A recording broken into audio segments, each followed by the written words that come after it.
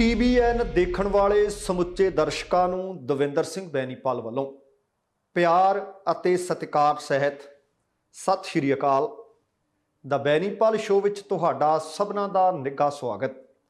ਆਓ ਦੋਸਤੋ, ਕੁਝ ਅਹਿਮ ਖਬਰਾਂ, ਕੁਝ ਅਹਿਮ ਘਟਨਾਵਾਂ ਨੂੰ ਪ੍ਰੋਗਰਾਮ ਦੌਰਾਨ ਸ਼ਾਮਲ ਕਰੀਏ। ਚੋਣਾਂ ਬੈਲਟ ਪੇਪਰ ਜਾਂ EVM ਮਸ਼ੀਨਾਂ ਰਾਹੀਂ ਹੋਣਗੀਆਂ? ਵੱਡਾ ਸਵਾਲ, ਸੁਪਰੀਮ ਕੋਰਟ ਕਰੇਗੀ ਫੈਸਲਾ। ਸੰਯੁਕਤ ਸਮਾਜ ਮੋਰਚਾ ਤੇ ਸੰਯੁਕਤ ਸੰਘਰਸ਼ ਪਾਰਟੀ ਨੇ ਆਪਣੇ ਹੋਰ ਉਮੀਦਵਾਰ ਐਲਾਨੇ। 16 ਦਿਨਾਂ ਬਾਅਦ ਹੀ ਭਾਜਪਾ 'ਚ ਗਿਆ ਇੱਕ ਕਾਂਗਰਸੀ ਆਗੂ ਮੁੜ ਕਾਂਗਰਸ ਵਿੱਚ ਹੋਇਆ ਸ਼ਾਮਲ। ਜਸਟਿਸ ਰਣਜੀਤ ਸਿੰਘ ਦੀ ਬੇਅਦਬੀ ਦੀਆਂ ਘਟਨਾਵਾਂ ਤੇ ਆਧਾਰਿਤ ਕਿਤਾਬ ਰਿਲੀਜ਼। ਬਾਦਲ ਸਮੇਤ ਕਈ ਹੋਰਨਾਂ ਤੇ ਉੱਠੇ ਸਵਾਲ। ਪੰਜਾਬ ਦੇ ਸਿਆਸੀ ਆਗੂਆਂ ਦੀਆਂ ਗੱਡੀਆਂ ਡੇਰਿਆਂ ਵੱਲ ਅਸ਼ੀਰਵਾਦ ਲੈਣ ਲਈ ਲੱਗੀਆਂ ਦੌੜਨ।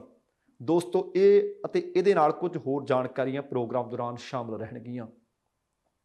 ਇਹਦੇ ਤੋਂ ਪਹਿਲਾਂ ਕਿ ਇਹਨਾਂ ਸਾਰੀਆਂ ਘਟਨਾਵਾਂ ਨੂੰ ਪ੍ਰੋਗਰਾਮ ਦੌਰਾਨ ਵਿਸਥਾਰ ਸਹਿਤ ਵਿਚਾਰੀਏ, ਤੁਹਾਨੂੰ ਸਭਨਾਂ ਨੂੰ ਬੇਨਤੀ ਹੈ ਕਿ ਜੇਕਰ ਹਾਲੇ ਤੱਕ ਤੁਸੀਂ ਆਪਣੇ ਇਸ ਚੈਨਲ ਨੂੰ ਸਬਸਕ੍ਰਾਈਬ ਨਹੀਂ ਕੀਤਾ ਤਾਂ ਕਿਰਪਾ ਕਰਕੇ ਸਬਸਕ੍ਰਾਈਬ ਕਰਕੇ ਨੋਟੀਫਿਕੇਸ਼ਨ ਵਾਲੀ ਘੰਟੀ ਜ਼ਰੂਰ ਔਨ ਕਰ ਲੈਣੀ। ਦੂਸਰੀ ਬੇਨਤੀ ਇਹ ਕਿ ਜੇਕਰ ਪ੍ਰੋਗਰਾਮ ਚੰਗਾ ਲੱਗੇ ਤਾਂ ਕਿਰਪਾ ਕਰਕੇ ਲਾਈਕ ਅਤੇ ਸ਼ੇਅਰ ਜ਼ਰੂਰ ਕਰ ਦੇਣਾ। ਤੁਹਾਡੇ ਦਿਲੋਂ ਧੰਨਵਾਦੀ ਹੋਵਾਂਗੇ। ਆਓ ਹੁਣ ਇਹਨਾਂ ਸਾਰੀਆਂ ਖਬਰਾਂ ਨੂੰ ਆਧਾਰ ਬਣਾ ਕੇ ਵਿਸਥਾਰ ਦੇ ਨਾਲ ਇਹਨਾਂ ਦੇ ਉੱਤੇ ਗੱਲਬਾਤ ਕਰੀਏ। ਸਭ ਤੋਂ ਪਹਿਲਾਂ, ਭਾਰਤ ਦੇ ਵਿੱਚ EVM ਮਸ਼ੀਨਾਂ ਹਮੇਸ਼ਾ ਚਰਚਾ ਦਾ ਵਿਸ਼ਾ ਰਹਿੰਦੀਆਂ ਨੇ, ਕਿਉਂਕਿ EVM ਮਸ਼ੀਨਾਂ ਦੇ ਰਾਹੀਂ ਚੋਣ ਪ੍ਰਕਿਰਿਆ ਅਮਲ ਦੇ ਵਿੱਚ ਲਿਆਂਦੀ ਜਾਂਦੀ ਹੈ। ਹਾਲਾਂਕਿ ਭਾਰਤ ਦੇ ਬਹੁਤ ਸਾਰੇ ਸੂਬਿਆਂ ਦੇ ਵਿੱਚ ਬਹੁਤ ਸਾਰੇ ਲੋਕ ਨੇ ਜਿਹੜੇ ਅਨਪੜ੍ਹ ਨੇ, ਸਾਖਰ ਨਹੀਂ ਨੇ। ਉਹਨਾਂ ਵਾਸਤੇ ਇਹ ਮਸ਼ੀਨ ਦੇ ਵਿੱਚ ਚੋਣ ਉਹ ਕਿਵੇਂ ਕਰਨ ਕਾਫੀ ਔਖਾ ਵੀ ਹੈ, ਅਸਹਿਜ ਵੀ ਹੁੰਦੇ ਨੇ, ਸ਼ੱਕ ਦੇ ਘੇਰੇ ਵਿੱਚ ਵੀ ਰਹਿੰਦੀਆਂ ਨੇ। ਕਾਰਨ ਭਾਵੇਂ ਵੱਖੋ ਵੱਖਰੇ ਹੋ ਸਕਦੇ ਹੈ, ਪਰ ਲੋਕਾਂ ਦੀ ਆਵਾਜ਼ ਲੋਕਤੰਤਰ ਦੇ ਵਿੱਚ ਸੁਣੀ ਜਾਣੀ ਚਾਹੀਦੀ ਹੈ। ਕੀ ਇਸ ਵਾਰ ਵੀ ਆਮ ਲੋਕ ਇਸ ਮਸਲੇ ਤੇ ਆਵਾਜ਼ ਬੁਲੰਦ ਕਰਦੇ ਆ ਜਾਂ ਨਹੀਂ? ਕਿਉਂਕਿ ਜੇਕਰ ਇਹਨਾਂ ਵਿਕਸਿਤ ਮੁਲਕਾਂ ਦੇ ਵਿੱਚ ਹਾਲੇ ਵੀ ਬੈਲਟ ਪੇਪਰ ਤੇ ਚੋਣ ਪਰਚੀ ਦੇ ਰਾਹੀਂ ਇਹ ਚੋਣ ਪ੍ਰਕਿਰਿਆ ਅਮਲ ਦੇ ਵਿੱਚ ਲਿਆਂਦੀ ਜਾਂਦੀ ਹੈ ਤਾਂ ਭਾਰਤ ਵਿੱਚ ਕਿਉਂ ਨਹੀਂ? ਹਾਲਾਂਕਿ ਕੁਝ ਸਮਾਂ ਪਹਿਲਾਂ ਹੀ EVM ਮਸ਼ੀਨਾਂ ਭਾਰਤ ਵਿੱਚ ਵਰਤੀਆਂ ਜਾਣ ਲੱਗੀਆਂ ਨੇ। ਉਹਦੇ ਤੋਂ ਪਹਿਲਾਂ ਬੈਲਟ ਪੇਪਰ ਦੇ ਰਾਹੀਂ ਚੋਣਾਂ ਹੋਇਆ ਕਰਦੀਆਂ ਸੀ। ਹੁਣ ਇਸ ਮਸਲੇ ਦੇ ਉੱਤੇ, ਇਸ ਮਾਮਲੇ ਦੇ ਉੱਤੇ ਸਮੇਂ-ਸਮੇਂ ਲੋਕ ਆਵਾਜ਼ ਉਠਾਉਂਦੇ ਵੀ ਰਹੇ, ਪਰ ਸੁਣਵਾਈ ਨਾ ਹੋ ਸਕੀ। ਸਵਾਲ ਇਹ ਵੀ ਵੱਡਾ ਪੈਦਾ ਹੁੰਦਾ ਹੈ ਕਿ ਜਿਹੜੀ ਧਿਰ ਸੱਤਾ ਵਿੱਚ ਹੁੰਦੀ ਹੈ ਉਹ EVM ਮਸ਼ੀਨਾਂ ਦੇ ਹੱਕ 'ਚ ਭੁਗਤਣ ਲੱਗ ਪੈਂਦੀ ਹੈ, ਤੇ ਜਿਹੜੀ ਵਿਰੋਧ 'ਚ ਹੁੰਦੀ ਹੈ ਉਹ ਇਹਨਾਂ ਦੇ ਵਿਰੋਧ ਦੇ ਵਿੱਚ ਆਵਾਜ਼ ਉਠਾਉਣ ਲੱਗ ਪੈਂਦੀ ਹੈ। ਅੱਜ ਜਿਹੜੀ ਜਾਣਕਾਰੀ ਤੁਹਾਡੇ ਨਾਲ ਮੈਂ ਸਾਂਝੀ ਕਰ ਰਿਹਾ ਉਹ ਸੁਪਰੀਮ ਕੋਰਟ ਇਸ ਮਸਲੇ ਦੇ ਉੱਤੇ ਹੁਣ ਸੁਣਵਾਈ ਕਰਨ ਵਾਸਤੇ ਤਿਆਰ ਹੋ ਗਈ ਹੈ।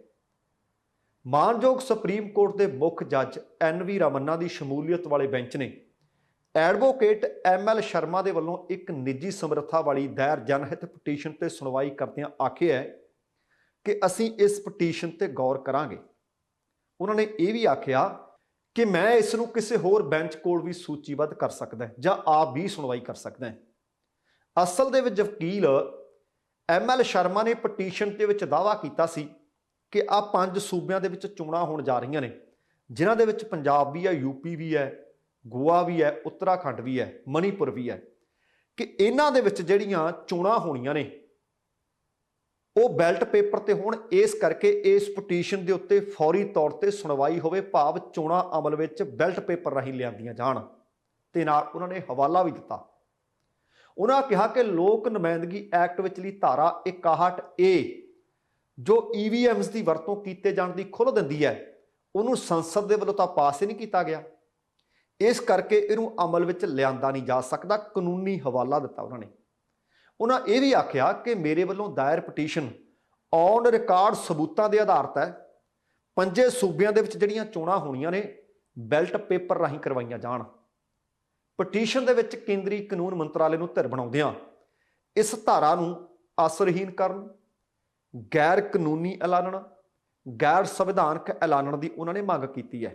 ਹੁਣ ਵੇਖਣਾ ਹੋਊ ਕਿ ਉਹਨਾਂ ਨੇ ਤਰਕ ਵੀ ਦਿੱਤੇ ਨੇ, ਨਾਲ ਕਾਨੂੰਨ ਦੇ ਹਵਾਲੇ ਵੀ ਦਿੱਤੇ ਨੇ ਕਿ ਆਉਣ ਵਾਲੇ ਦਿਨਾਂ ਦੇ ਵਿੱਚ ਜਿਹੜੀਆਂ 5 ਸੂਬਿਆਂ ਦੇ ਵਿੱਚ ਚੋਣਾਂ ਹੋਣ ਜਾ ਰਹੀਆਂ ਨੇ, ਕੀ ਸੁਪਰੀਮ ਕੋਰਟ ਚੋਣਾਂ ਤੋਂ ਪਹਿਲਾਂ ਸੁਣਵਾਈ ਕਰਕੇ EVMs ਦੇ ਹੱਕ 'ਚ ਜਾਂ ਬੈਲਟ ਪੇਪਰ ਦੇ ਵਿਰੋਧ 'ਚ ਜਾਂ ਬੈਲਟ ਪੇਪਰ ਦੇ ਹੱਕ 'ਚ ਈਵੀਐਮਸ ਦੇ ਵਿਰੋਧ 'ਚ ਹੁਕਮ ਸੁਣਾਉਂਦੀ ਹੈ, ਜਾਂ ਇਹ ਮਸਲਾ ਉਹ ਪਹਿਲਾਂ ਵਾਂਗ ਹੀ ਊਂਠ ਦੇ ਬੁੱਲ ਵਾਂਗ ਲਟਕਦਾ ਰਹੇਗਾ।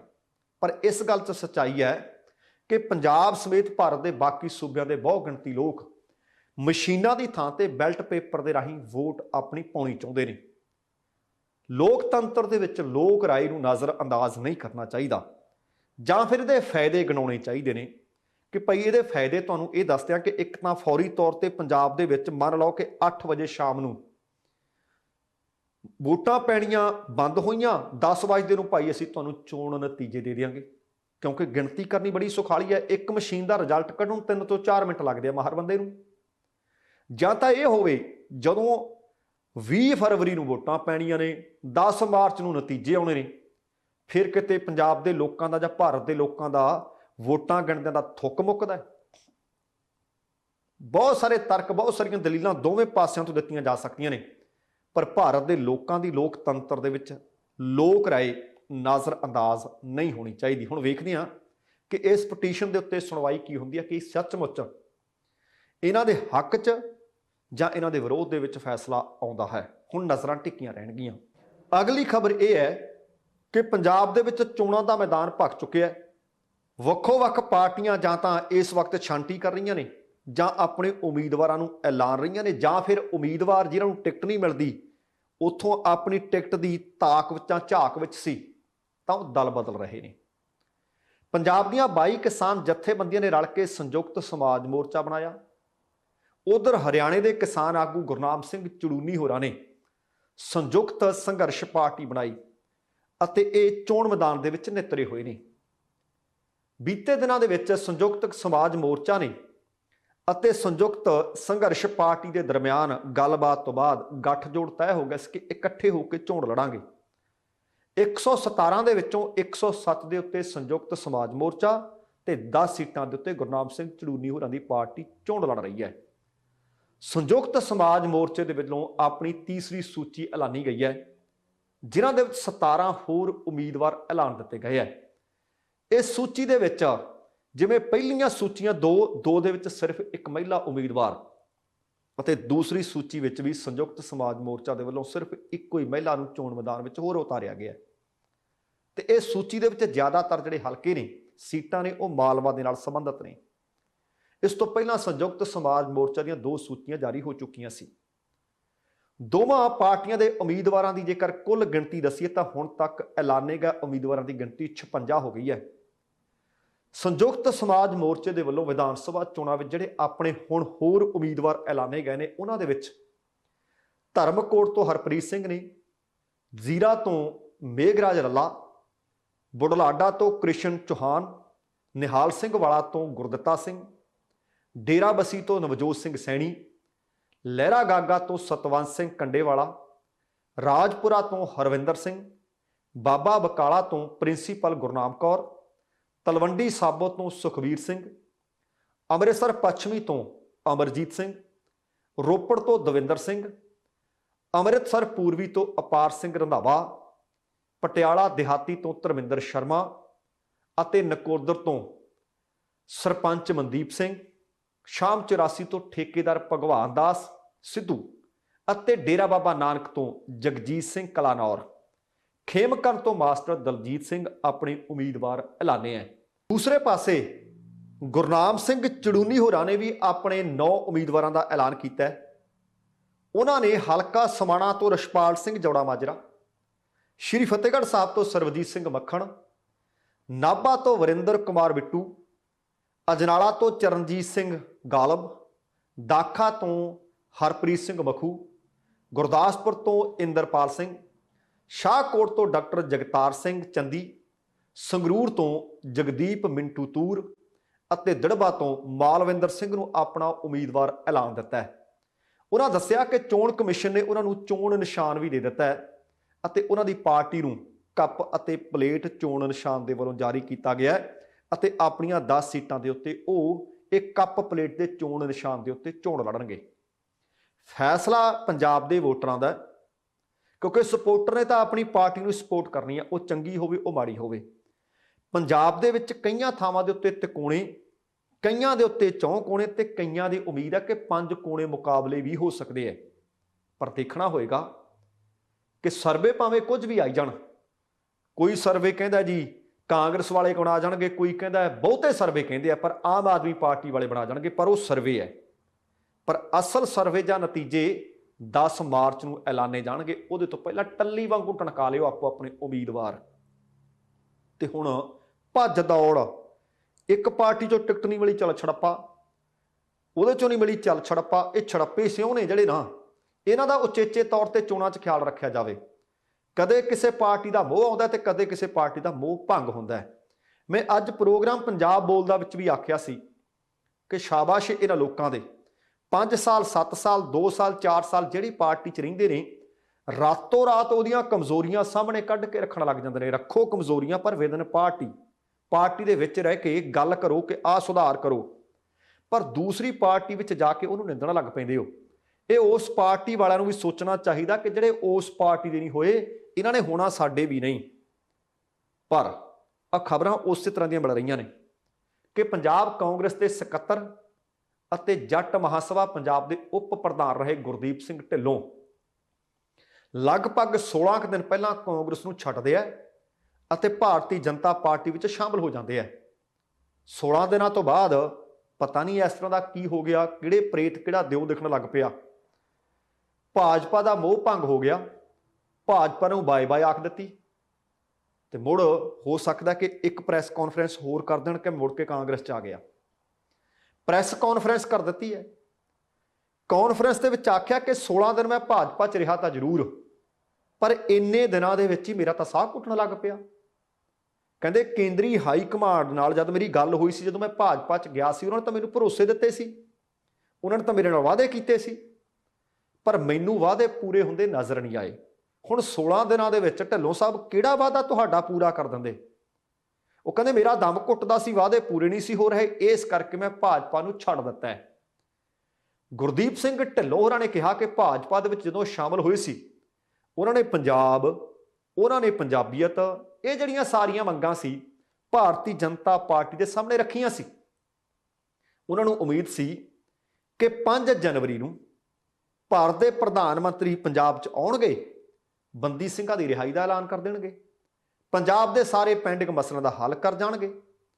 ਪਰ ਕਹਿੰਦੇ ਇਹਨਾਂ ਮੁੱਦਿਆਂ ਦੇ ਉੱਤੇ ਮੈਨੂੰ ਲੱਗਦਾ ਹੈ ਕਿ ਭਾਜਪਾ ਲੀਡਰਸ਼ਿਪ ਗੰਭੀਰ ਨਹੀਂ, ਇਸ ਕਰਕੇ ਮੈਂ ਭਾਜਪਾ ਨੂੰ ਅਲਵਿਦਾ ਆਖ ਦਿੱਤਾ ਹੈ। ਹੁਣ ਸਵਾਲ ਉਹਨਾਂ ਨੂੰ ਫੇਰ ਪੁੱਛ ਲਿਆ ਗਿਆ ਕਿ ਇਹ ਦੱਸੋ ਭਾਈ, ਮੋਹ ਤਾਂ ਤੁਹਾਡਾ ਭੰਗ ਹੋ ਗਿਆ ਭਾਜਪਾ ਤੋਂ, ਕਾਂਗਰਸ 'ਚੋਂ ਗਏ ਸੀ, ਘਰ ਵਾਪਸੀ ਹੋਊ? ਉਹ ਕਹਿੰਦੇ ਹਾਲੇ ਤੱਕ ਮੈਂ ਇਸ ਮਸਲੇ 'ਚ ਕੋਈ ਫੈਸਲਾ ਤਾਂ ਨਹੀਂ ਲਿਆ, ਪਰ ਮੈਂ ਹੁਣ ਕਿਸੇ ਸਿਆਸੀ ਪਾਰਟੀ ਦੇ ਨਾਲ ਸੰਬੰਧਿਤ ਨਹੀਂ ਹੈ। ਭਵਿੱਖ 'ਚ ਕੀ ਹੋਣਾ ਹੈ, ਕਿਹੜਾ ਫੈਸਲਾ ਕਰਨਾ ਹੈ, ਸੋਚ ਵਿਚਾਰ ਕੇ ਫੈਸਲਾ ਕਰਾਂਗੇ। ਹੁਣ ਸ਼ਾਇਦ ਇੱਕੋ ਤੁਸੀਂ ਕਹਾਵਤ ਸੁਣੀ ਹੋਣੀ ਹੈ ਕਿ ਮੈਂ ਤਾਂ ਨਹੀਂ ਸੀ ਆਉਂਦਾ, ਮੈਨੂੰ ਤਾਂ ਕੱਟਾ ਲੈ ਆਇਆ। ਜਾਂ ਤਾਂ ਕਿਸੇ ਕੱਟੇ ਦੀ ਉਡੀਕ ਕਰਦਾ ਕਿ ਕੋਈ ਆਵੇ ਭਾਈ ਬਣਾ ਕੇ ਮੈਨੂੰ ਦੁਬਾਰਾ ਕਾਂਗਰਸ 'ਚ ਲੈ ਜਾਏ। ਕਾਰਨ ਕੁਝ ਵੀ ਰਹੇ ਪਰ ਉਹ ਵਾਪਸ ਆ ਗਿਆ। ਪਰ ਜਾਣਕਾਰੀ ਇਹ ਵੀ ਹੈ ਕਿ ਸਾਬਕਾ ਖੇਡ ਮੰਤਰੀ ਦੇ ਖਾਸ ਮਖਾਸ ਹੈ। ਇਹ ਵੀ ਪੁੱਛ ਲਿਆ ਕਿ ਉਹ ਵੀ ਤਾਂ ਭਾਈ ਭਾਰਤੀ ਜਨਤਾ ਪਾਰਟੀ 'ਚ ਬੈਠੇ ਹੈ, ਕਿਤੇ ਉਹਨਾਂ ਕਰਕੇ ਤਾਂ ਨਹੀਂ ਤੁਸੀਂ ਗਏ? ਕਹਿੰਦੇ ਦੇਖੋ ਉਹਨਾਂ ਨਾਲ ਮੇਰੇ ਪਰਿਵਾਰਕ ਸੰਬੰਧ ਨੇ, ਉਹ ਭਾਜਪਾ 'ਚ ਰਹਿਣ, ਉਹ ਮੁੜ ਕੇ ਕਾਂਗਰਸ 'ਚ ਆ ਜਾਣ, ਇਹਦੇ ਨਾਲ ਮੇਰਾ ਕੋਈ ਲੈਣ ਦੇਣ ਨਹੀਂ, ਪਰ ਹਾਂ ਉਹ ਪਰਿਵਾਰਕ ਸੰਬੰਧ ਨੇ ਤੇ ਇਹ ਪਾਰਟੀ ਦਾ ਕੰਮ ਹੈ। ਇਕੱਲੇ ਇਹੀ ਨਹੀਂ, ਇਸ ਤਰ੍ਹਾਂ ਹਲਕਾ ਰਾਜਪੁਰਾ ਤੋਂ ਸ਼੍ਰੋਮਣੀ ਅਕਾਲੀ ਦਲ ਦੇ IT ਵਿੰਗ ਦੇ ਪ੍ਰਧਾਨ ਨਿਤਨ ਰੇਖੀ ਅਤੇ BC ਵਿੰਗ ਦੇ ਮੀਤ ਪ੍ਰਧਾਨ ਜਸਮੇਰ ਸਿੰਘ ਪਾਲਾ ਇੱਕ ਦਿਨ ਪਹਿਲਾਂ ਕਾਂਗਰਸ 'ਚ ਜਾਂਦੇ ਨੇ। 24 ਘੰਟਿਆਂ ਦੇ ਵਿੱਚ ਪਤਾ ਨਹੀਂ ਕਾਂਗਰਸ ਦੇ ਅੰਦਰ ਕਿਹੜੇ ਭੂਤ, ਕਿਹੜੇ ਜਿੰਨ, ਕਿਹੜੇ ਪ੍ਰੇਤ ਨਜ਼ਰ ਆਉਣ ਲੱਗੇ। 24 ਘੰਟਿਆਂ ਤੋਂ ਬਾਅਦ ਉਹ ਵਾਪਸ ਅਕਾਲੀ ਦਲ 'ਚ ਪਰਤ ਆਏ। ਇਹਦੇ ਤੋਂ ਪਹਿਲਾਂ ਸ਼੍ਰੀ ਹਰਗੋਬਿੰਦਪੁਰ ਵਾਲੇ ਵਿਧਾਇਕ ਵੀ ਇੰਝ ਹੀ ਆਏ ਸੀ। ਜ਼ਿਕਰ ਬਥੇਰਿਆਂ ਦਾ ਕੀਤਾ ਜਾ ਸਕਦਾ। ਉਧਰ ਭਗਵੰਤ ਪਾਲ ਸੱਚਰ ਹੋਰੀ, ਉਹ ਵੀ ਭਾਰਤੀ ਜਨਤਾ ਪਾਰਟੀ 'ਚ ਗਏ ਸੀ, ਬਸ ਉਹ ਵੀ ਗੇੜਾ ਮਾਰ ਕੇ ਆ ਗਏ, ਯੂ ਟਰਨ ਮਾਰ ਕੇ ਆ ਕੇ ਉਹ ਵੀ ਕਾਂਗਰਸ ਦੇ ਵਿੱਚ ਆ ਕੇ ਬੈਠ ਗਏ। ਔਰ ਆਉਣ ਵਾਲੇ ਦਿਨਾਂ 'ਚ ਕਈਆਂ ਨੇ ਜਾਣਾ ਹੈ, ਕਈ ਮੁੜਨਗੇ। ਔਰ ਸੱਚ ਜਾਣਿਓ, ਕਈ ਚੋਣ ਨਤੀਜਿਆਂ ਤੋਂ ਬਾਅਦ ਇੱਧਰ ਉੱਧਰ ਆਉਣਗੇ ਤੇ ਜਾਣਗੇ, ਪਰ ਨਾ ਇਹ ਘਰਦੇ ਰਹਿੰਦੇ ਹੈ, ਨਾ ਇਹ ਘਾਟਦੇ ਰਹਿੰਦੇ ਹੈ। ਇਸੇ ਤਰ੍ਹਾਂ ਤੁਹਾਨੂੰ ਪਤਾ ਹੋਣਾ ਕਿ ਅਮਰਜੀਤ ਸੰਦੋਆ ਨਾਲ ਕੀ ਹੋਇਆ, ਟਿਕਟ ਕਟਾ ਕੇ ਬੈਠ ਗਏ। ਪਿਰਮਲ ਖਾਲਸਾ ਨਾਲ ਕੀ ਹੋਇਆ, ਜਗਦੇਵ ਕਮਾਲੂ ਨਾਲ ਕੀ ਹੋਇਆ। ਬਹੁਤ ਸਾਰੀਆਂ ਉਦਾਹਰਨਾਂ ਨੇ। ਇੱਕੋ ਹੀ ਦਰਦਾ ਇਨਸਾਨ ਨੂੰ ਵੈਸੇ ਰਹਿਣਾ ਚਾਹੀਦਾ। ਪਰ ਅਗਲੀ ਖਬਰ ਪੰਜਾਬ ਦੀ ਰਾਜਨੀਤੀ 'ਚ ਸਿਆਸਤ ਦੇ ਗਲਿਆਰਿਆਂ 'ਚ ਗਰਮਾਹਟ ਪੈਦਾ ਕਰਨ ਵਾਲੀ ਹੈ, ਕਿਉਂਕਿ ਪੰਜਾਬ ਦੇ ਵਿੱਚ ਬੀਤੇ ਕੁਝ ਸਮੇਂ ਤੋਂ ਲਗਾਤਾਰ ਬੇਅਦਬੀਆਂ, ਇਹ ਘਟਨਾਵਾਂ ਰੁਕਣ ਦਾ ਨਾਮ ਵੀ ਨਹੀਂ ਲੈ ਰਹੀਆਂ। ਸਮੇਂ-ਸਮੇਂ ਤੇ ਇਹਨਾਂ ਘਟਨਾਵਾਂ ਨੂੰ ਕਿ ਨਜਿੱਠਣਾ ਚਾਹੁੰਦੇ ਆ, ਕਦੇ ਕਮਿਸ਼ਨ ਬਣ ਜਾਂਦਾ ਹੈ, ਕਦੇ ਸਿੱਟ ਬਣਾ ਦਿੱਤੀ ਜਾਂਦੀ ਹੈ। ਕਿੰਨੇ ਕਮਿਸ਼ਨ ਬਣੇ, ਕਿੰਨੀਆਂ ਸਿੱਟ ਟੀਮਾਂ ਬਣੀਆਂ, ਪਰ ਇਨਸਾਫ ਕੋਈ ਨਹੀਂ, ਸਿੱਟਾ ਕੋਈ ਨਹੀਂ। ਇਸੇ ਤਰ੍ਹਾਂ ਇੱਕ ਕਮਿਸ਼ਨ ਬਣਿਆ ਸੀ ਤੇ ਉਹਦੀ ਅਗਵਾਈ ਕਰ ਰਹੇ ਸਨ retired justice Ranjit Singh. Justice Ranjit Singh ਹੋਰਾਂ ਨੇ ਬੇਅਦਬੀ ਦੀ ਸਾਜ਼ਿਸ਼ ਲਈ ਡੇਰਾ ਪੈਰੋਕਾਰਾਂ ਨਾਲ ਉੱਥੇ ਜਿਹੜੀ ਗੋਲੀਬਾਰੀ ਹੋਈ ਸੀ, ਉਸ ਮਸਲੇ ਦੇ ਵਿੱਚ ਉਸ ਵਕਤ ਦੇ ਡੀਜੀਪੀ ਸੁਮੇਧ ਸਿੰਘ ਸੈਣੀ ਅਤੇ ਉਸ ਵਕਤ ਦੇ ਮੁੱਖ ਮੰਤਰੀ ਪ੍ਰਕਾਸ਼ ਸਿੰਘ ਬਾਦਲ, ਉਹਨਾਂ ਦੀ ਸਾਰਿਆਂ ਦੀ ਭੂਮਿਕਾ ਤੇ ਸਵਾਲ ਉਠਾ ਦਿੱਤੇ ਹੈ। ਅਸਲ ਦੇ ਵਿੱਚ ਉਹਨਾਂ ਨੇ ਕੱਲ ਇੱਕ ਕਿਤਾਬ ਰਿਲੀਜ਼ ਕੀਤੀ ਹੈ ਚੰਡੀਗੜ੍ਹ ਦੇ ਪ੍ਰੈਸ ਕਲੱਬ ਦੇ ਵਿੱਚ। ਉੱਥੇ ਸਮਾਗਮ ਰੱਖਿਆ ਗਿਆ ਸੀ। ਉਸ ਸਮਾਗਮ ਦੇ ਵਿੱਚ ਜਸਟਿਸ ਐਸ ਸੋਢੀ, ਜਸਟਿਸ ਨਵਾਬ ਸਿੰਘ ਅਤੇ ਮਹੇਸ਼ ਗਰੋਵਰ ਵੀ ਸ਼ਾਮਲ ਸੀ। ਜਸਟਿਸ ਰਣਜੀਤ ਸਿੰਘ ਨੇ ਦੱਸਿਆ ਕਿ ਚੋਣਾਂ ਤੋਂ 1 ਮਹੀਨਾ ਪਹਿਲਾਂ ਜਿਹੜੀ ਮੇਰੀ ਅੱਜ ਆ ਕਿਤਾਬ ਰਿਲੀਜ਼ ਹੋ ਰਹੀ ਹੈ, ਕੋਈ ਇਹਦਾ ਮਕਸਦ ਇਹ ਨਾ ਸਮਝੇ ਕਿ ਕਿਸੇ ਨੂੰ ਇਹਦਾ ਸਿਆਸੀ ਤੌਰ ਤੇ ਫਾਇਦਾ ਪਹੁੰਚਾਉਣਾ ਤੇ ਕਿਸੇ ਨੂੰ ਨੁਕਸਾਨ ਕਰਨਾ ਹੈ। ਉਹ ਕਹਿੰਦੇ ਇਹ ਕਿਤਾਬ ਕਾਫੀ ਸਮਾਂ ਪਹਿਲਾਂ ਦਰਅਸਲ ਰਿਲੀਜ਼ ਹੋਣ ਵਾਲੀ ਸੀ, ਪਰ ਕੁਝ ਤਕਨੀਕੀ ਕਾਰਨਾਂ ਦੇ ਕਰਕੇ ਇਹਦੀ ਰਿਲੀਜ਼ਿੰਗ ਦੇ ਵਿੱਚ ਦੇਰੀ ਹੋ ਗਈ। ਉਹਨਾਂ ਦੱਸਿਆ ਕਿ ਕਮਿਸ਼ਨ ਨੇ 14 ਮਹੀਨਿਆਂ ਦੇ ਸਮੇਂ ਦੇ ਵਿੱਚ ਬੇਅਦਬੀ ਦੇ ਸਾਰੇ ਪਹਿਲੂਆਂ ਦੀ, ਸਾਰੇ ਮਾਮਲਿਆਂ ਦੀ ਮੁਕੰਮਲ ਜਾਂਚ ਕੀਤੀ। 544 ਪੰਨਿਆਂ ਦੀ ਇੱਕ ਰਿਪੋਰਟ ਪੇਸ਼ ਕੀਤੀ। ਉਸ ਰਿਪੋਰਟ ਦੇ ਉੱਤੇ ਪੰਜਾਬ ਵਿਧਾਨ ਸਭਾ ਦੇ ਵਿੱਚ ਭਖਵੀਂ ਬਹਿਸ ਹੋਈ। ਫਿਰ ਉਸ ਰਿਪੋਰਟ ਤੇ ਬਹਿਸ ਤੋਂ ਬਾਅਦ ਪੂਰੇ ਸਦਨ ਨੇ ਸਰਬਸੰਮਤੀ ਨਾਲ ਉਹ ਰਿਪੋਰਟ ਸਵੀਕਾਰ ਵੀ ਕੀਤੀ। ਪਰ ਅਫਸੋਸ ਕਿ ਬਹਿਸ ਹੋਈ, ਸਰਬਸੰਮਤੀ ਨਾਲ ਉਹਦੇ ਉੱਤੇ ਸਵੀਕਾਰਿਆ ਗਿਆ, ਪਰ ਜਨਤਕ ਨਹੀਂ ਕੀਤਾ ਗਿਆ ਰਿਪੋਰਟ ਨੂੰ। ਤੇ ਉਹਨਾਂ ਜਦੋਂ ਗੱਲ ਕੀਤੀ ਤਾਂ ਉੱਥੇ ਉਹ ਕਹਿੰਦੇ ਅਕਾਲੀ ਭਾਜਪਾ ਉਸ ਵਕਤ ਦੀ ਜਿਹੜੀ ਹਕੂਮਤ ਉਹ ਵੀ, ਤੇ ਉਹਦੇ ਤੋਂ ਬਾਅਦ ਆ ਜਿਹੜੀ ਕਾਂਗਰਸ ਦੀ ਸਰਕਾਰ, ਇਹ ਦੋਵੇਂ ਦੋਸ਼ੀ ਨੇ ਜਿਨ੍ਹਾਂ ਨੇ ਉਸ ਰਿਪੋਰਟ ਦੇ ਉੱਤੇ ਕਾਰਵਾਈ ਨਹੀਂ ਕੀਤੀ। ਜਸਟਿਸ ਰਣਜੀਤ ਸਿੰਘ ਦਾ ਕਹਿਣਾ ਸੀ ਕਿ ਇਹ ਕਿਤਾਬ ਜਿਹੜੀ ਅੱਜ ਮੈਂ ਰਿਲੀਜ਼ ਕਰ ਰਿਹਾ, ਇਹਦੇ ਵਿੱਚ ਸਾਜ਼ਿਸ਼ ਦੇ ਲਈ ਵੱਖ-ਵੱਖ ਵਿਅਕਤੀਆਂ ਦੇ ਉੱਤੇ ਸਵਾਲ ਨੇ। ਉਹਨਾਂ ਨੇ ਆਪਣੀ ਕਿਤਾਬ ਦਾ ਜ਼ਿਕਰ ਕਰਦਿਆਂ ਕਿਹਾ ਕਿ ਸ੍ਰੀ ਗੁਰੂ ਗ੍ਰੰਥ ਸਾਹਿਬ ਦੀ ਬੇਅਦਬੀ ਦੀਆਂ ਘਟਨਾਵਾਂ ਜ਼ਿਲ੍ਹਾ ਫਰੀਦਕੋਟ ਦੇ ਵਿੱਚ 2015 ਚ ਵਾਪਰਦੀਆਂ ਨੇ। ਉਹਨਾਂ ਇਹ ਵੀ ਕਿਹਾ ਕਿ ਉਸ ਸਮੇਂ ਦੇ ਦੌਰਾਨ ਪੰਜਾਬ ਦੀ ਸ਼ਾਂਤੀ ਦੇ ਵਾਸਤੇ ਖਤਰਾ ਪੈਦਾ ਕਰਨ ਵਾਲੇ ਪੋਸਟਰ ਲੱਗਦੇ ਨੇ, ਤੇ ਉਹਦੇ ਤੋਂ ਬਾਅਦ SITs ਬਣਦੀਆਂ ਨੇ, 2 ਕਮਿਸ਼ਨ ਬਣਦੇ ਨੇ, ਜਾਂਚ ਪੂਰੀ ਕੀਤੀ ਜਾਂਦੀ ਹੈ। ਜਾਂਚ ਪੂਰੀ ਕਰਨ ਦੇ ਬਾਵਜੂਦ ਅਸਲ ਦੋਸ਼ੀ ਨੂੰ ਸਾਹਮਣੇ ਲਿਆਉਣ ਦੇ ਵਾਸਤੇ ਇਹ ਦੱਸੇ ਕਿ ਕਿਹੜੀ ਸਰਕਾਰ ਨੇ ਕੰਮ ਪੂਰਾ ਕੀਤਾ। ਇਸ ਕਰਕੇ ਲੋਕਾਂ ਦੇ ਵਿੱਚੋਂ ਕਹਿੰਦੇ ਅੱਜ ਵੀ ਗੁੱਸਾ ਹੈ।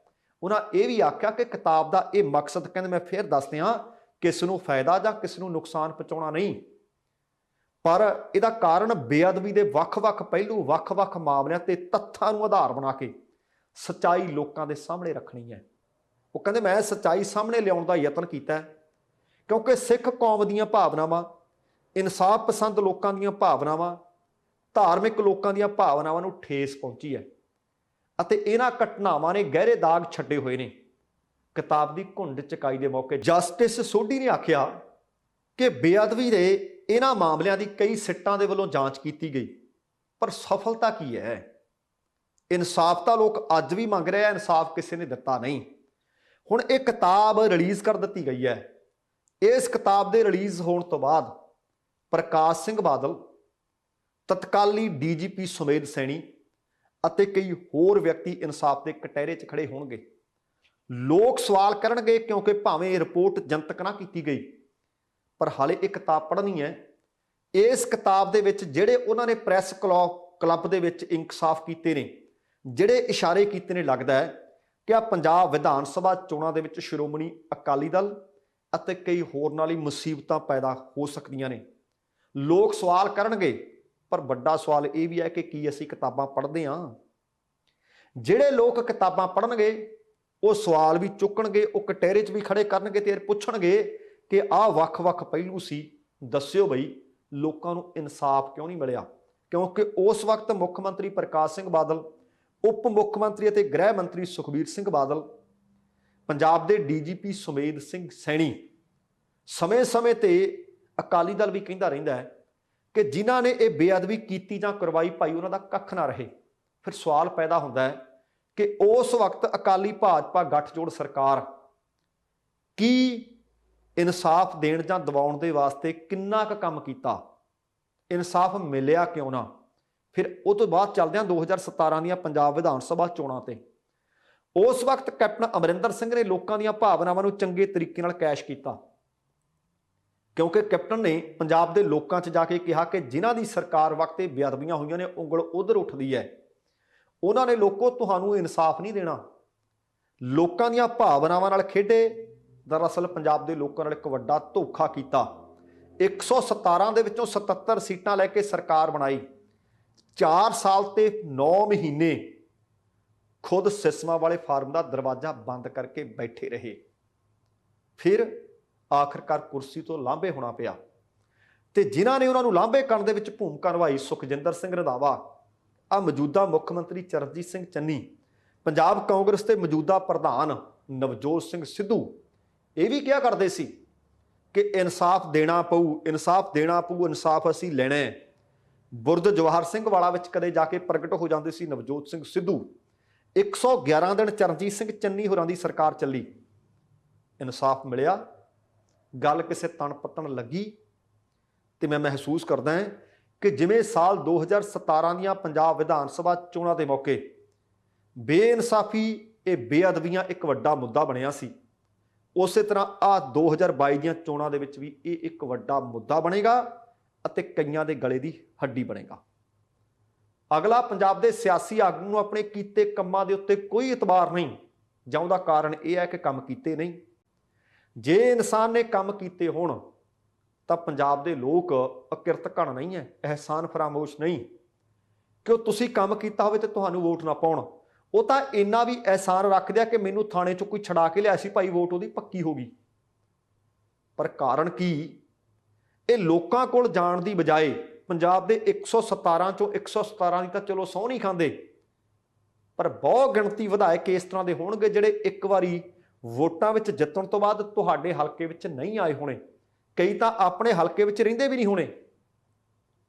ਪਰ ਹੁਣ ਡੇਰਿਆਂ ਵੱਲ ਕਾਰਾਂ ਦੌੜ ਰਹੀਆਂ ਨੇ, ਕੋਈ ਰਾਤ ਨੂੰ ਜਾਂਦਾ, ਕੋਈ ਦਿਨੇ ਜਾਂਦਾ, ਕੋਈ ਦੁਪਹਿਰੇ ਜਾਂਦਾ, ਕੋਈ ਸਵੇਰੇ ਜਾਂਦਾ, ਜਾਂ ਕਿਸੇ ਬਾਬੇ ਦਾ ਪਤਾ ਲੱਗ ਜਾਂਦਾ ਕਿ ਆਪਣੇ ਸ਼ਹਿਰ 'ਚ ਆਇਆ, ਕਾਰਾਂ ਉਧਰ ਨੂੰ। ਬੀਤੇ ਦਿਨੀ ਤੁਹਾਨੂੰ ਯਾਦ ਹੋਣਾ ਹੈ ਕਿ ਡੇਰਾ ਸਿਰਸਾ ਦੇ ਵਿੱਚ ਸ਼੍ਰੋਮਣੀ ਅਕਾਲੀ ਦਲ ਵਾਲੇ ਵੀ, ਕਾਂਗਰਸ ਵਾਲੇ ਵੀ, ਭਾਜਪਾ ਵਾਲੇ ਵੀ ਤੇ ਆਪ ਵਾਲੇ ਵੀ ਸਾਰੇ ਦੇ ਸਾਰੇ ਆਸ਼ੀਰਵਾਦ ਲੈਣ ਵਾਸਤੇ ਪਹੁੰਚੇ ਸੀ। ਤੇ ਹੁਣ ਖਬਰ ਮਿਲੀ ਕਿ ਕੱਲ ਰਾਧਾ ਸੁਆਮੀ ਡੇਰਾ ਸਤਸੰਗ ਬਿਆਸ ਦੇ ਮੁਖੀ ਗੁਰਿੰਦਰ ਸਿੰਘ ਢਿੱਲੋਂ ਮੋਗਾ 'ਚ ਪਹੁੰਚੇ। ਉਹਨਾਂ ਦੀ ਇਹ ਫੇਰੀ ਕਾਫੀ ਅਹਿਮ ਹੀ ਮੰਨੀ ਜਾ ਰਹੀ ਹੈ। ਜਿਉਂ ਹੀ ਡੇਰਾ ਮੁਖੀ ਦੇ ਆਉਣ ਦੀ ਭਿਣਕ ਲੱਗੀ ਕਿ ਮੋਗੇ 'ਚ ਆਏ ਹੋਏ ਨੇ, ਬਸ ਕੀ ਸੀ, ਫਿਰ ਸਾਰੀਆਂ ਦੀਆਂ ਦੌੜਾਂ ਉਹ ਸਤਸੰਗ ਘਰ ਵੱਲ ਨੂੰ ਹੋ ਗਈਆਂ। ਮਿਲੀ ਜਾਣਕਾਰੀ ਦੇ ਅਨੁਸਾਰ ਸਤਸੰਗ ਘਰ ਦੇ ਵਿੱਚ ਸਾਬਕਾ ਡੀਜੀਪੀ ਗਿੱਲ ਸਾਹਿਬ ਵੀ ਗਏ, ਅਕਾਲੀ ਉਮੀਦਵਾਰ ਮੱਖਣ ਬਰਾੜ ਵੀ ਗਏ, ਆਪ ਉਮੀਦਵਾਰ ਡਾਕਟਰ ਅਮਨਦੀਪ ਕੌਰ ਵੀ ਗਈ, ਭਾਜਪਾ ਦੇ ਸੰਭਾਵੀ ਉਮੀਦਵਾਰ ਕਾਂਗਰਸ ਨੂੰ ਜਿਹਨਾਂ ਨੇ ਤਾਜ਼ਾ ਛੱਡਿਆ ਡਾਕਟਰ ਹਰਜੋਤ ਕਮਲ ਵੀ ਗਏ, ਸੰਯੁਕਤ ਸਮਾਜ ਮੋਰਚਾ ਦੇ ਨਵਦੀਪ ਸੰਘਾ ਵੀ ਗਏ, ਕਾਂਗਰਸ ਦੀ ਉਮੀਦਵਾਰ ਮਾਲਵਿਕਾ ਸੂਦ ਵੀ ਗਏ। ਇਹ ਸਾਰੇ ਉਸ ਸਤਸੰਗ ਘਰ ਦੇ ਵਿੱਚ ਦੇਖੇ ਗਏ, ਜਿਵੇਂ ਕਹਿੰਦੇ ਪਾਏ ਗਏ ਉੱਥੇ। ਇਹ ਹੁਣ ਦੱਸਣਾ ਬਣਦਾ ਹੈ ਕਿ ਰਾਧਾ ਸੁਆਮੀ ਡੇਰਾ ਸਤਸੰਗ ਬਿਆਸ ਭਾਵੇਂ ਸਿਆਸਤ ਤੋਂ ਦੂਰ ਰਹਿੰਦਾ ਹੈ, ਖੁੱਲ੍ਹੇਆਮ ਕਦੇ ਕਿਸੇ ਪਾਰਟੀ ਦਾ ਸਮਰਥਨ ਕਰਨ ਨੂੰ ਕਹਿੰਦਾ ਨਹੀਂ, ਪਰ ਫਿਰ ਵੀ ਸਾਰੀਆਂ ਸਿਆਸੀ ਧਿਰਾਂ, ਸਾਰੀਆਂ ਸਿਆਸੀ ਪਾਰਟੀਆਂ ਦੇ ਲੀਡਰ ਸਮੇਂ-ਸਮੇਂ ਤੇ ਡੇਰੇ ਵੀ ਚੱਕਰ ਲਾਉਂਦੇ ਆ। ਉਹ ਭਾਵੇਂ ਅਕਾਲੀ ਹੋਣ, ਭਾਵੇਂ ਕਾਂਗਰਸੀ ਹੋਣ, ਭਾਵੇਂ ਆਪ ਵਾਲੇ ਹੋਣ, ਭਾਵੇਂ ਕੋਈ ਹੋਰ ਦੂਜੇ ਤੀਜੇ। ਇਸ ਤਰ੍ਹਾਂ ਇਧਰੋਂ ਅਮਲੋਹ ਹਲਕੇ ਤੋਂ ਵੀ ਖਬਰ ਮਿਲੀ ਹੈ ਕਿ ਕੈਬਨਿਟ ਮੰਤਰੀ ਵੀ ਤੇ ਹਲਕਾ ਵਿਧਾਇਕ ਵੀ ਰਣਦੀਪ ਸਿੰਘ ਕਾਕਾ, ਰਣਦੀਪ ਸਿੰਘ ਨਾਭਾ, ਉਹ ਪਹਿਲਾਂ ਗੁਰਦੁਆਰੇ ਦੇਖੇ ਗਏ, ਉੱਥੋਂ ਗੁਰਦੁਆਰਾ ਸਿੰਘ ਸਭਾ 'ਚ, ਫਿਰ ਉੱਥੇ ਅਮਲੋਹ ਦੇ ਵਿੱਚ ਰਾਮ ਮੰਦਰ ਆ ਉੱਥੇ ਵੀ ਦੇਖੇ ਗਏ, ਫਿਰ ਸਾਈਂ ਮੰਦਰ ਆ ਉੱਥੇ ਵੀ ਦੇਖੇ ਗਏ, ਫਿਰ ਰਾਮਬਾਗ ਸ਼ਿਵ ਮੰਦਰ ਆ ਉੱਥੇ ਵੀ ਦੇਖੇ ਗਏ। ਸਾਰੀਆਂ ਸਥਾਨਾਂ 'ਤੇ ਤਾਂ ਲੋਕਾਂ ਸਾਹਮਣੇ ਹੱਥ ਜੋੜ ਰਹੇ ਸੀ, ਲੋਕਾਂ ਤੋਂ ਵੋਟਾਂ ਮੰਗ ਰਹੇ ਸੀ। ਪਰ ਪਿਛਲੇ 5 ਸਾਲਾਂ ਦਾ ਰਿਕਾਰਡ ਇਹ ਬੋਲਦਾ ਕਾਕਾ ਜੀ ਦਾ कि पिंडां 'च कदे नज़र नहीं आए। मैं पहलां भी आख्या सी कि बहुत सारे विधायक इस तरह के, इकल्ले रणदीप नहीं, लगभग बहुत गिणती विच ओह ने ਜਿਹੜੇ ਚੋਣਾਂ ਵੇਲੇ ਨਿਕਲਦੇ ਆ, ਬਰਸਾਤੀ ਡੱਡੂ ਕਹਿ ਦਈਏ ਜਾਂ ਮੀਂਹ ਪੈ ਤੋਂ ਤੁਸੀਂ ਵੇਖਿਆ ਹੋਣਾ ਭਮੱਕੜ ਨਿਕਲਦੇ ਹੁੰਦੇ ਆ, ਕੀੜੀਆਂ ਨੂੰ ਖੰਭ ਲੱਗ ਜਾਂਦੇ ਆ, ਉਸ ਤਰੀਕੇ ਨਾਲ ਸਿਰਫ ਚੋਣਾਂ ਤੋਂ ਮਹੀਨਾ 2 ਮਹੀਨੇ ਪਹਿਲਾਂ ਇਹ ਬਾਹਰ ਨਿਕਲਣੇ ਸ਼ੁਰੂ ਕਰਦੇ ਆ। ਫਿਰ ਇਹ ਤੁਹਾਨੂੰ ਮਾਈ ਬਾਪ ਕਹਿੰਦੇ ਆ। ਅਦਰਵਾਈਜ਼ ਤੁਸੀਂ ਇਹਨਾਂ ਦੀਆਂ ਬਰੂਹਾਂ ਤੇ ਬੈਠੇ ਰਹੋ, ਘੰਟਾ ਬੈਠੇ ਰਹੋ, 2 ਘੰਟੇ ਬੈਠੇ ਰਹੋ, 4 ਘੰਟੇ ਬੈਠੇ ਰਹੋ, ਮੰਤਰੀ ਜੀ ਵਿਧਾਇਕ ਜੀ ਬਿਜ਼ੀ ਰਹਿੰਦੇ ਨੇ।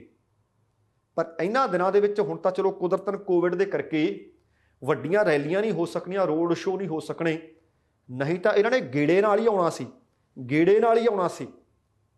ਪਰ ਹੁਣ ਡਿਜੀਟਲੀ ਆਪਣਾ ਪ੍ਰਚਾਰ ਕਰ ਰਹੇ ਆ। ਹੁਣ ਬਹੁਤ ਸਾਰਾ ਇਸ ਤਰ੍ਹਾਂ ਦਾ ਇਧਰੋਂ ਉਧਰੋਂ ਤੁਹਾਨੂੰ ਕੂੜ ਪ੍ਰਚਾਰ ਸੁਣਨ ਨੂੰ ਮਿਲ ਰਿਹਾ ਹੋਣਾ। ਤੇ ਅੱਜ ਦਾ ਹੁਣ ਤੋਂ 2 ਘੰਟੇ ਬਾਅਦ ਇੱਕ ਸ਼ੋਅ ਵੇਖੋਗੇ ਤੁਸੀਂ, ਚੋਣ ਦੰਗਲ ਇਲੈਕਸ਼ਨ 2022, ਉਹਦੇ ਵਿੱਚ ਮੈਂ ਉਚੇਚੇ ਤੌਰ ਤੇ ਇਹੋ ਹੀ ਜ਼ਿਕਰ ਕੀਤਾ ਹੈ ਕਿ ਚੋਣ ਪ੍ਰਚਾਰ ਕੁਝ ਹੋਰ ਕਰਦੇ ਆ, ਸਟੇਜਾਂ ਤੋਂ ਦਾਅਵੇ ਕੁਝ ਹੋਰ ਕਰਦੇ ਆ। ਆਦਮੀ ਤੇ ਔਰਤ ਦੇ ਵਿੱਚ ਫਰਕ ਕੋਈ ਨਹੀਂ, ਇਹ ਵੀ ਆਖਿਆ ਜਾਂਦਾ ਹੈ। ਗੁਰੂ ਨਾਨਕ ਦੇਵ ਜੀ ਦੀ ਫਿਲਾਸਫੀ ਨੂੰ ਵੀ ਅਸੀਂ ਮੰਨਦੇ ਹਾਂ, ਉਹਦੇ ਪੈਰੋਕਾਰ ਵੀ ਹੈ। ਆਦਮੀ ਤੇ ਔਰਤ 'ਚ ਫਰਕ ਕੋਈ ਨਹੀਂ। ਤੇ ਫਿਰ ਆਹ ਟਿਕਟਾਂ ਕਿੰਨੀਆਂ ਕਿੰਨੀਆਂ ਵੰਡੀਆਂ ਨੇ, ਉਹਦੇ ਵਿੱਚ ਕਾਫੀ ਕੁਝ ਮੈਂ ਦੱਸਣ ਦੀ ਕੋਸ਼ਿਸ਼ ਕੀਤੀ ਹੈ। ਪ੍ਰੋਗਰਾਮ ਉਹ ਜ਼ਰੂਰ ਦੇਖਿਓ ਵੀ। ਤੇ ਮਹਿਲਾਵਾਂ ਦੀ ਗਿਣਤੀ ਵੋਟਰਾਂ ਦੇ ਵਿੱਚ ਕਿੰਨੀ ਹੈ, ਚੋਣ ਪ੍ਰਕਿਰਿਆ ਵਿੱਚ ਕਿੰਨੀ ਹੁੰਦੀ ਹੈ, ਅਤੇ ਉਮੀਦਵਾਰੀਆਂ ਕਿੰਨੀਆਂ ਨੇ, ਕਾਂਗਰਸ ਵਾਲਿਆਂ ਨੇ ਕਿੰਨੀਆਂ, ਅਕਾਲੀਆਂ ਨੇ ਕਿੰਨੀਆਂ, ਤੇ ਆਪ ਵਾਲਿਆਂ ਨੇ ਪਹਿਲੀ ਸੂਚੀ ਵਿੱਚ ਕਿੰਨੀਆਂ। ਤੁਹਾਨੂੰ ਉਹ ਸਾਰੀ ਜਾਣਕਾਰੀ ਉਸ ਪ੍ਰੋਗਰਾਮ ਵਿੱਚ ਮਿਲ ਜਾਣੀ ਹੈ। ਉਮੀਦ ਕਰ ਰਹੇ ਹਾਂ ਕਿ ਤੁਹਾਨੂੰ ਇਹ ਪ੍ਰੋਗਰਾਮ ਚੰਗਾ ਲੱਗਿਆ ਹੋਣਾ। ਕਿਰਪਾ ਕਰਕੇ ਲਾਈਕ ਅਤੇ ਸ਼ੇਅਰ ਜ਼ਰੂਰ ਕਰ ਦਿਓ। ਜੇਕਰ ਹਾਲੇ ਤੱਕ ਤੁਸੀਂ ਆਪਣੇ ਇਸ ਚੈਨਲ ਨੂੰ ਸਬਸਕ੍ਰਾਈਬ ਨਹੀਂ ਕੀਤਾ ਤਾਂ ਕਿਰਪਾ ਕਰਕੇ ਸਬਸਕ੍ਰਾਈਬ ਕਰਕੇ ਨੋਟੀਫਿਕੇਸ਼ਨ ਵਾਲੀ ਘੰਟੀ ਜ਼ਰੂਰ ਔਨ ਕਰ ਲੈਣੀ। ਤੁਹਾਡੇ ਦਿਲੋਂ ਧੰਨਵਾਦੀ ਹੋਵਾਂਗੇ। ਸਮਾਂ ਸਮਾਪਤ ਹੈ। ਜਾਣ ਤੋਂ ਪਹਿਲਾਂ ਕਹਾਂਗਾ, ਜ਼ਿੰਦਗੀ ਜਿੰਦਾਦਲੀ ਦਾ ਨਾਮ ਹੈ। ਦਵਿੰਦਰ ਸਿੰਘ ਬੈਨੀਪਾਲ ਨੂੰ ਆਗਿਆ ਦਿਓ। ਸਤਿ ਸ਼੍ਰੀ ਅਕਾਲ ਤੇ ਰੱਬ ਰਾਖਾ।